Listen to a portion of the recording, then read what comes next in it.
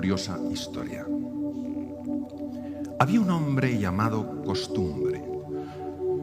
Costumbre estaba habituado a ir a trabajar siempre siguiendo el mismo camino. Todos los días el hombre se levantaba, se duchaba, se vestía, desayunaba y se ponía a caminar hacia su trabajo. Un día Costumbre se paró y empezó a reflexionar. Llevo tantos años haciendo lo mismo. ¿Y si probara algo nuevo? ¿Y si probara algo diferente? Pero cada vez que pensaba esto, notaba cómo se le hacía un nudo en el estómago. No. Mejor sigo como estoy. Porque yo sé lo que puedo esperar, yo sé que lo que hay en mi camino siempre lo controlo. Seguiré caminando por el mismo camino. Pero un día Costumbre durmió muy mal. Se levantó agotado y aunque se duchó, se vistió, desayunó y se puso a caminar, estaba tan despistado que de repente se encontró en medio de un bosque. Dios mío, ¿lo que hago yo aquí? ¿Pero dónde estoy? ¡Ay, que me he perdido!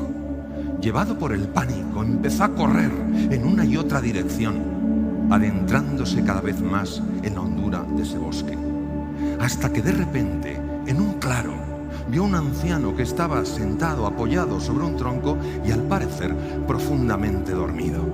Costumbre se acercó a él. Perdone, yo no le quisiera molestar. ¿Sabes? Es que me he perdido. Por favor, despierte. El anciano no despertaba. Costumbre empezó a zarandearle. ¡Despierte! ¿Cuál es mi camino? Pero por más que le zarandeó, aquel anciano no abrió los ojos. Enfadado porque pensaba que el anciano sencillamente pasaba de él, se dio la vuelta para partir cuando escuchó con perfecta claridad: agarra aquello que encuentres en tu camino.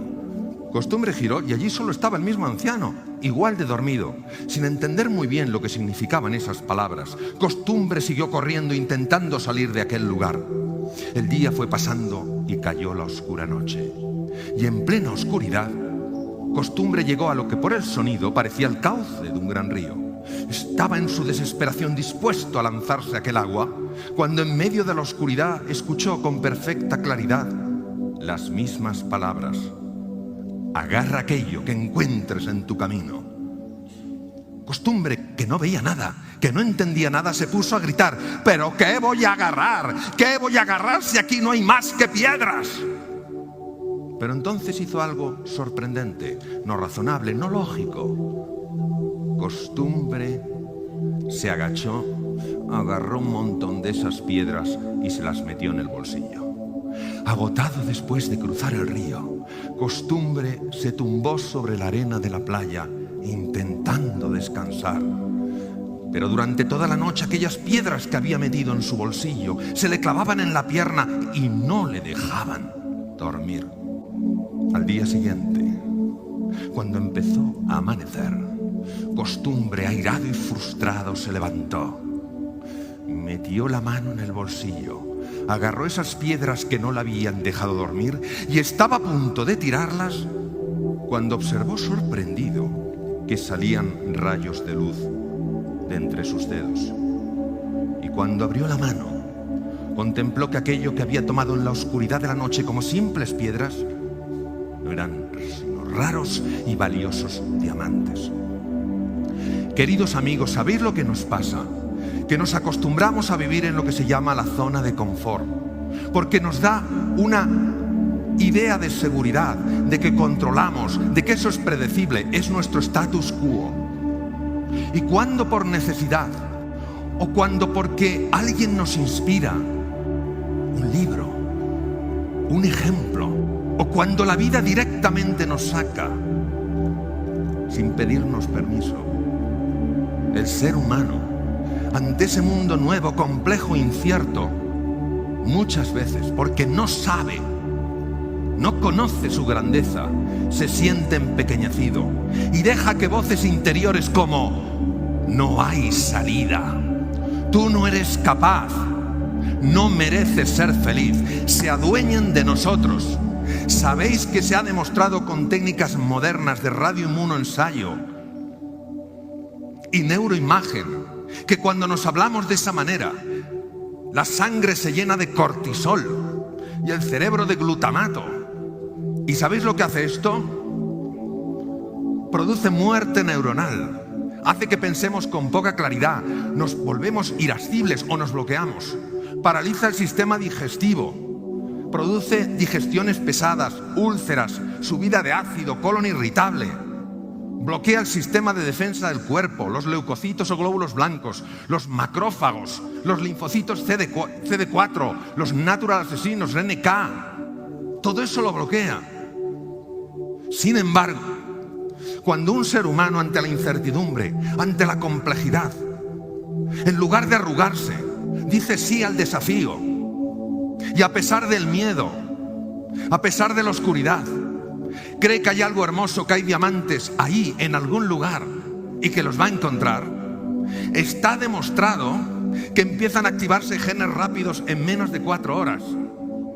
Aparecen nuevas conexiones neuronales, las espinas dendríticas del profesor Cajal, que las descubrió hace tanto tiempo, empiezan a proliferar. Neuronas conectan como nosotros hemos conectado hoy con esas madejas tan preciosas. Comparten más información, nos volvemos seres más inteligentes. Además, células madre localizadas en las cavidades cerebrales, los ventrículos, empiezan a emigrar hacia los hipocampos, centros esenciales para controlar el miedo, centros que segregan dopamina, una hormona que te hace sentir confiado. Aprendes deprisa, fenómeno llamado neurogénesis. Hay un aumento en el riego sanguíneo de la parte anterior del cerebro, del área prefrontal. Piensas con más claridad, tomas mejores decisiones, eres más creativo porque ves más. Por eso es tan importante que salgamos de esa zona de confort poquito a poco. ¿Cuál es el paso más pequeño que me atrevo a dar? Y entremos en la zona del coraje, en la zona del valor. Porque es ahí cuando afloran nuestros talentos, cuando se despiertan energías dormidas, cuando descubrimos la grandeza que hay dentro de nosotros. Cuanto más complejo sea el entorno, cuanto más incierto sea el contexto, más importante es que creemos una visión ilusionante. Porque cómo ves tu futuro determina cómo vives tu presente. Por eso, con todo el cariño, os quiero transmitir lo siguiente. Las ideas son claves, sobre todo cuando se convierten en ideales. El ideal de una vida, el aceptar los riesgos, porque es donde los seres humanos crecemos y evolucionamos. El decir sí a los desafíos y a pesar del dolor, a pesar de la confusión, a pesar de la frustración, tener siempre una imagen de grandeza, de plenitud. Porque lo que nosotros hagamos con nuestra vida puede convertirse en 2 cosas: un aviso o un ejemplo. Hacer de vuestra vida eso que ya sois, un ejemplo de grandeza.